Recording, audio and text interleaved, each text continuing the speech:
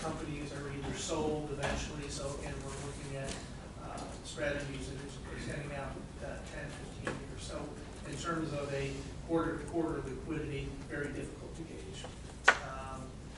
The fiscal year-to-date performance is negative as of the end of May. It was down 3.5% versus 5% for the policy benchmark. So good news, bad news. Bad news is you can't eat relative performance, right? And the absolute returns are negative. The good news is it's added value versus the passive indexes that are used to benchmark the fund. Again, the fund is down about 5% during the last 2 months.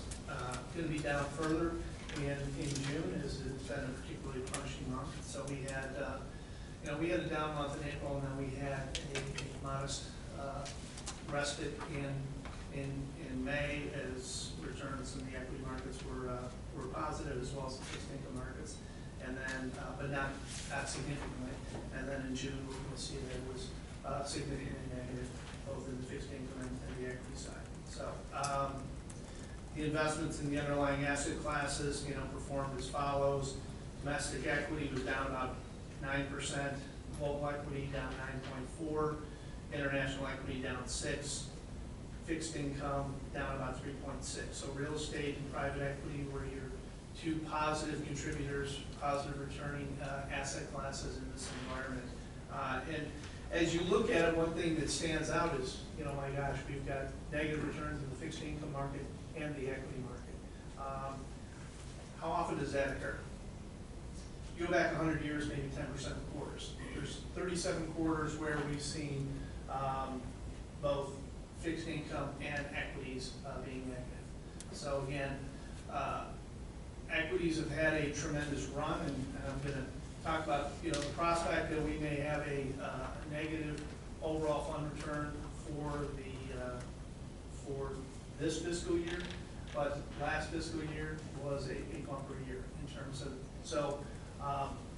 to Dr. McCoy's comment, what the market gives, the market can take away to some degree. Our goal is to ride out the ups and downs, and at the end of the day, generate a competitive, strong return for the participants. Over the long term, the fund has outperformed its benchmark and peers over the last 3, 5, 10, and 15-year period. So again, great long-term performance, challenged more so in the recent periods. So what's taking place? Well, April was a down month. We saw May was, again, positive, but I would call it flattish, right? Not overly significant. We saw that the headwinds that we saw in the first quarter have bled into the second quarter. Markets continue to juggle the ongoing war in Ukraine, central bank tightening, elevated inflation, and the COVID lockdowns in China, right? So this is contributing to supply chain issues. We're seeing this. We have inflation up about 8.5, 8.6, levels that we haven't seen in the last since 1980. I think the high point in 1980 in April was about 14.7%. So we're well short of that, but the point remains that in response to the COVID situation in the first quarter of 2020, there was a significant influx of both monetary and fiscal stimulus, putting money into the market to stave off a recession. And as a result of that, eventually once through, when we see that there's a lot of liquidity in the market that's contributing to inflation. Coupled with things like the Ukrainian war, energy prices have increased significantly due to a reduction in supply and increase in demand. And within the China, with their zero COVID policy in terms of locking down their harbor, some of them like Shanghai, which is contributing to the supply chain issue. So again, we've got a number of headwinds that are coming to fold here that are contributing to this higher inflation. And what's the Fed's response? Chairman Powell does not want to be the first Fed chair since the 80s to let inflation get out of hand. So, arguably you could say they dismissed the idea that inflation was transient, had taken that position, and then backed off it pretty significantly. And as a result, we've seen that inflation the Fed outlook is that it's going to be more persistent. Certainly can see that that's the case, causing them to increase rates pretty significantly. So again, we see in June, the Fed stepped in and increased rates by 75 basis points, or 0.75%. So now it's at overnight rate of 150 to 175. They telegraphed that in the upcoming quarters, they may be increasing the short-term rate by as much. So again, the idea being that his objective is to rein in inflation, and again, the prospect, and if this drives into a recession, again, Alex talked about negative growth for the first quarter, so be it. So he is certainly, his objective is laid out pretty clearly what his path is going to be. What does that mean? He is trying to, take in as much information as possible and navigate a soft landing. Whether it's a soft landing or a hard landing, the Fed historically has not been overly successful in being able to manage that soft landing. So again, we see that equity markets respond by the prospect or the higher prospect of recession down the road by selling off. Now, what happens in the fixed income markets to cause it to be negative? The idea here is that a fixed income interest is nothing more than a loan. And when you loan to parties and you suddenly have an agreement in place and interest rates increase, suddenly what you're getting isn't as attractive. So that note decreases in value. Well, that's precisely what we have going on here. We've got rates have increased significantly, and therefore, there is a reset once these fixed income instruments mature. But when we look at something like the broad Barclays Ag, we're looking at a duration or a average maturity and a sensitivity to inflation of about 6 years. So that kind of puts things in perspective why you might have negative markets on the equity side, negative markets on the fixed income side. With that, so how did the markets actually return in April? Again, we saw negative returns, and then we also saw the falling returns in fixed income. In May, we saw a modest increase. S&P was up 0.18%, so again, flattish to modestly positive. Fixed income was modestly positive, 0.64%. Okay, so with that, let's GDP again, negative came in. What else is taking place? I think before we did some of the highlights. Unemployment is steady at 3.6%. First quarter GDP contracted at 1.5. So again, that kind of tells the story from the market standpoint. Let's look at some of the numbers. Turning to page 5.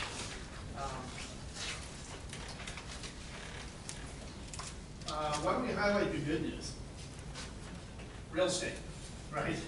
Gray bar, you see that for the May, the month of May was up 1.7%, similar to April. Again, that's a repeat because these indices are up, not updated on a monthly basis, so that's kind of a carryover. Over the fiscal year, up almost 22%. Over the last 3 years, it annualized 10.5%. So, good news from the real estate side is that they have provided a ballast, a complement and mitigant to the downside, which is kind of by design. The tough news is that historically, these core assets on real estate have provided a large portion of their income through income, not appreciation of value. These returns certainly show a great or a high level of appreciation of value. So the prospect going forward is that their returns are going to be a little more muted than certainly the 10.5% that they earned during the last year and. The Russell 3000, this is 3,000 of the largest U.S. equity stocks traded in the market. In May, just a hair below at 0.1% negative. In April, down 9%. So again, fiscal year to date, we're seeing that the Russell 3000 was down about 6%. Non-U.S. stocks, that's the MSCI equity, ex-U.S. IMI, so that's large cap and smaller cap non-U.S. equities were down, certainly trailing the U.S. equities. and the aggregate. So this is the Bloomberg aggregate hedge, but you also, the brown box is Bloomberg aggregate. So this is an investment grade U.S. fixed income benchmark. And we see that in May it was up 0.6, April down 3.8, fiscal year to date down about almost 9%, and again, over the 3-year period, just modestly flattish. So that tells the story from the top down. So what's going on within the markets? Alex touched on an important issue, which is this reversion of the value orientation for growth. When people say values in vogue versus growth, what they're really talking about is how are the benchmarks behaving. But a reflection of that is managers that are holding a heavier weighting to growth stocks, i.e. Information technology, more expensive fare, et cetera, that have experienced a great run, have been punished pretty significantly. And we see that if you look at your manager's performance, you see some of your more value-oriented managers, DFA, Lazard, for instance, on the international side, they perform better, and certainly they have security selection that contributed to that in terms of where they put the assets. But suffice to say that value growth component, not only is growth out of favor, but your managers that have performed historically really well in the growth area have done that because they have been growthier than the index. And we're seeing that that is the case where they're going to be hit a little more harder in this. So we see that when we look at in your international managers, Hardy Loebner. When we look at emerging markets, we see Ferd Fisher. So certainly we see that Bailey Gifford, for instance. So again, those managers have been kind of punished in this value reversion. So if you look down at the last month, you'll see that in the last month, on that table, that first column, the Russell 1000 growth was down 2.3% versus the Russell 1000 value, which was up 1.94. The striking number is when you look over year to date, 21.88 negative for Russell 1000 growth, negative 4.5%. So again, that's a 17% differential. It just gives you some idea of that magnitude that it can have in terms of the managers. We see, if you scan down, you see the difference, the Russell 2000, these are smaller cap managers. You see the same phenomenon, right? Russell 2000 growth down 24.8%, and the Russell 2000 value down 8%. So again, that's a 20% differential. And what's been successful? Well, if you look down, we have if you take the broad U.S. equity market, you look at the tangerine box and you see that's energy. So energy is up 15%, right? So they're a beneficiary of we've seen a rise in the oil prices, the increase in natural gas. It is up 57, not only is it up 15% in this period, but it was up 57.3% since January 1, after being up 56% in 2020. So again, for the folks out there that, the idea is you have a diversified portfolio, you're holding both, a smattering of stocks across the board, you rely on your manager to make the selection in terms of their view towards value, and certainly energy has been beaten up quite a bit in the last 5 years as we've seen oil prices come down. Well, in 2021 and 22, we see how quickly that can bounce and how significantly, right?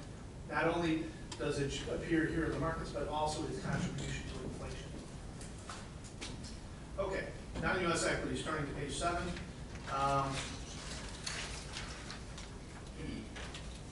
Year to date, again, what we're looking at here is negative markets, negative returns for these markets. The EAFE is EAFE is the developed market non-U.S. index, and it is down about 11.3%. The EM index as emerging markets are down 11.76, so comparable. Over the last year, however, you see that developed markets were down 10.4 and emerging markets were down 19.8. So again, we see small cap underperforming developed markets. We see emerging markets also underperforming. And big contributor here is, you know, people talk about the impact of Russian stocks and that market freezing. As of year end, Russia made up 2.4% of the emerging market index. China represented 34%. So again, so goes China, so goes the emerging market index in a big way.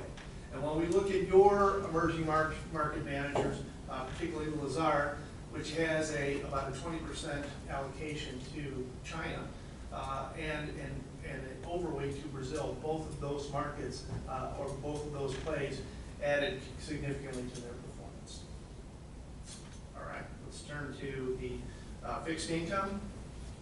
Again, what we would say here is your longer duration, your longer term fixed income instruments suffer more significantly as rates increase.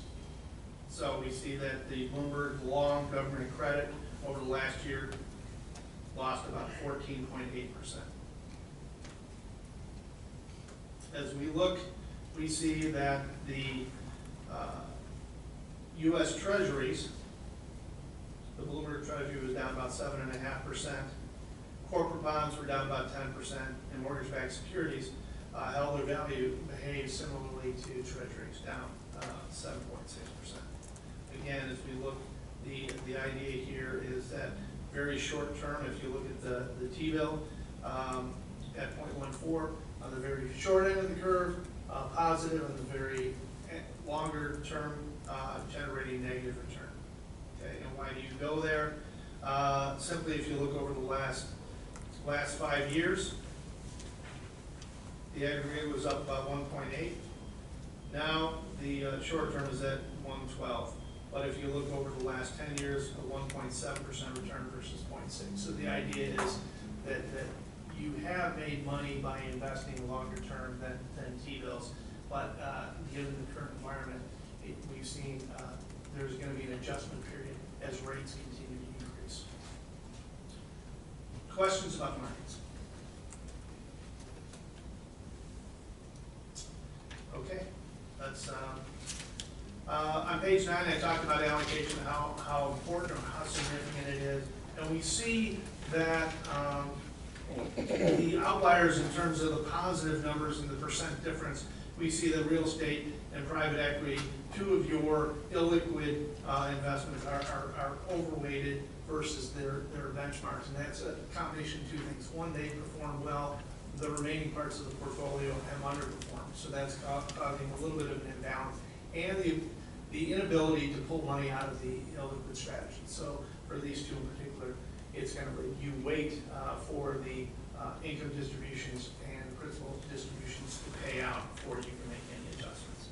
On page 10, this is the kind of the cash flow summary showing from March and the 2-month activity. As we said, the negative numbers represent the equities and fixed income, and then the positive numbers in the investment return column are, again, real estate, private equity, and cash, and then the net is a negative 1.7 billion, and shows the March balance at the far right at 34.8 billion.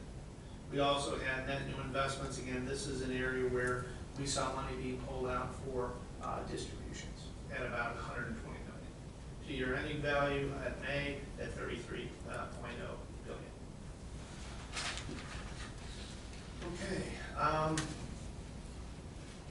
Domestic equity. So turning to page 11, and this is the asset class summary, giving you some idea of what's performed well and what's trailed. We see that on the domestic equity front, and for the last 2 months, a negative 8.9% versus the benchmark. So outperforming the benchmark in that period. Global equities, driven largely due to the underperformance of Harding Loevner, which is a growth-oriented manager, down 9.4 versus 7.9. We see international equity down 6 versus 585, and total fixed income offset here is we see real estate. Again, the valuations of statements coming out from real estate tend to be lagged, so this is certainly probably not an updated number versus the benchmark, which comes out a little more frequently. So it's up 0.95. That said, we look over the last year, real estate added 22%, private equity added about 26%, and the equity and the fixed income overall detracted. But we see that the bottom line is for the fiscal year to date, down about 3.5% versus the benchmark down 5%. So again, over the last 3 years, the return 11.4% versus 10% for the benchmark. So you've got about 148 basis points of outperformance over the 3-year annualized period ended May. Any questions on that? Okay. Longer term performance is displayed on page 12. And again, it shows that over the last 5, 10, 15 years, what you saw is outperformance versus the benchmark in each of those periods. On page 13, this is a piece of information that wasn't included in the quarterly information that we provided in our last report because the universities hadn't yet been compiled, so in April. So I wanted to provide that to you to show you on a peer comparison how does the fund look. And we see that this is as of 3/31, because that's when the peer universes are compiled. And we see that, at that point in time, fiscal year to date, at the 67th percentile versus the benchmark. So a tough year, but if you look over the last 3, 5, 7, 10, 15 years, those little numbers by the blue dots you see, in the last 3 years, 16th percentile, saying you outperformed 84% of the peers. In the last 5 years, 11th percentile, outperforming 89%. And the last 7, 10, and 15 years, top decile, outperforming over 90% of the peer universe. Again, this is looking at a very large defined benefit funds with assets in excess of $10 billion. So, John, Yeah. to Mr. Dale's question earlier, I think this kind of gives an idea of how the risk versus return here versus the policy benchmark is where that circle is over there with on the right side of page 13. That total fund is above on the y-axis there is above the policy benchmark, and it's to the left on the x-axis. So that means it's less risky and it outperformed the policy benchmark. So I guess that's just to what Dr. Coy was trying to say earlier. That's relatively, the fund is doing better than the benchmark and a lot of other funds. That's exactly right. And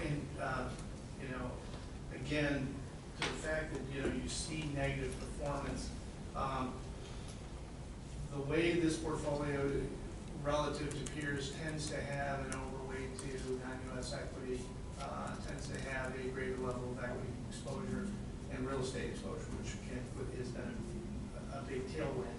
But to participate in the positive markets and do so well, like Mississippi PERS, I guess the takeaway is to see them in a negative market still outperforming the relative benchmark, to me is good news in terms of the strength of your portfolio. So again, no one likes negative markets. And in terms of how do you react, we have a strategic allocation that the idea here is that we have deployed, this is how much is going to be allocated to each of the asset classes, and we try to be diligent. And we recognize that there is going to be rising interest rates environment. And well, we did the asset liability study. We knew that the next 10 years. But again, you don't want to be in a position where you void yourself, you go against the strategic policy, and then the market reacts and you can't catch up. And I guess the lesson would be we need to go no further than 2020, where that first quarter we had 23 days, that bear market that was so destructive, and then we had the 9 months that followed that shot right back up with a rapid recovery. If you would have made a policy change to get out of some of the underperforming asset classes versus that first quarter, you would not have participated in that rebound. And I guess that's the message, is to stay vigilant about the strategic asset allocation throughout. And then at the end of the day, it's structured for the reason to baffle volatility. And at the end of the day, when the dust settles in a more normalized environment, you can see that you reap the benefits of that. And to kind of add to that, the discussion that we're going to have later about the asset allocation policy is that we are looking at, over time in the future, adding to new, diversifying asset classes to help minimize the effect that public equities, volatility that public equities can have on, the performance of the fund. So, over time, we're hoping to kind of mute, that noise that we receive from public equities by adding those other asset classes. Is there a strategy here for, I know it's not, again, it's longer term, there's no decision today will kind of change these things, but as these interest rates go up, as credit gets more expensive, and us being a creditor at least would be on the benefiting end of that, you're stuck with what you got for a while, but at some point, would there not be some advantage to having, locking in some of that if it gets to 5, 6, 7%? I mean, is there a way to do that? Is it just not as, it's not a good strategy to do it? I mean, if you look back 30 years ago and you had locked in rates at 10%. Yep. I mean, unless there's some sort of provision where where the borrower can always get out of it, and I'm sure there are, depending on the structure of it, because who wants to stay at 10% when you're near zero for 3%, I guess we'll like it. Is there a strategy to look forward towards that if it keeps going like it does? And how that would offset fixed income, or at least bolster, I guess, fixed income and the fund's return? So, on the fixed income, so the way the fund is structured is that from a trustee or policy perspective, you set your broad asset allocation. And then to implement that, you hire managers to say, okay, I'm giving you the authority to pick and choose the securities as you see fit within the universe that we've identified. And so that they can look at, they provide a tactical component in terms of looking out 1 year, 3 years to see what stocks are particularly attractive or what bonds are attractive. So that from that standpoint, that decision has been granted to the managers within certain guidelines, right? With respect to fixed income, the longevity of the maturities, that duration, which is a measurement of the term relative to its sensitivity to changes in interest rates. Longer duration hurt more by rising rates, benefiting from decreasing rates. Managers historically would not only make security selection by going in different sectors, but they would make duration bets. They would be significantly longer than the benchmark or significantly shorter. What they found out was they can't do it very well.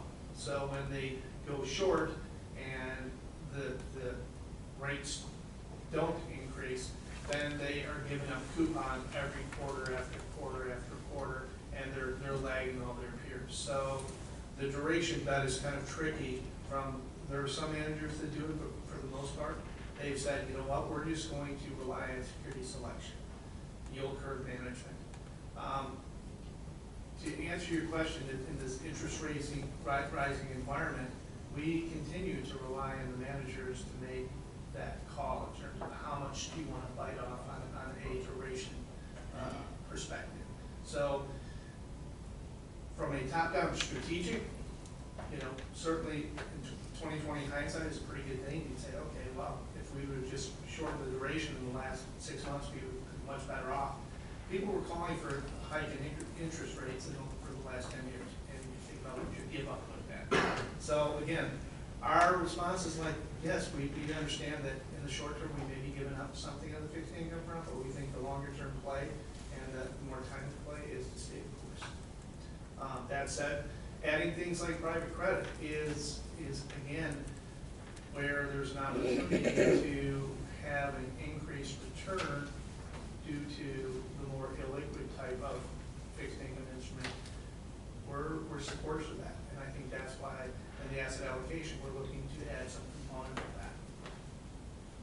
And I mean, all that's given that there would only be some proportion, I would think, for fixed income, knowing how much volatility and how much change there is in the market. It's been for 20 years, so. Yeah. Does that answer the question? I think so. I'm still gonna go put mine in a CD if it gets to 6%. Okay. I'm not gonna worry if it goes to 7. Keep it right there at 6. Yeah.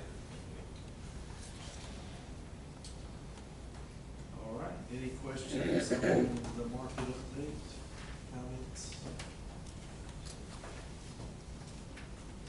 Okay, and while we proceed on. Next up, we have the watch list.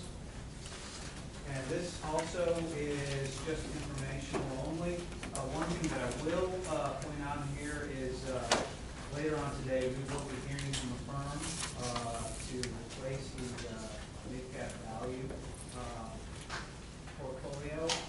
Again, this decision was not made based upon performance by Wellington. It was based on we're trying to find a manager that more appropriates a mid-cap value strategy, where the current manager was more of a SMID value manager, relying heavily on, factor tilts to find performance, and it too heavily pulled us away from where our benchmarks were pointing us to go to.